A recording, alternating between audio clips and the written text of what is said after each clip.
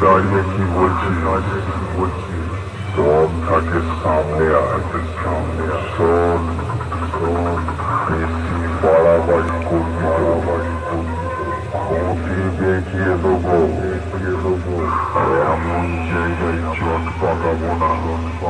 না সারা জীবনও মা ডাকো শুনতে পাবি না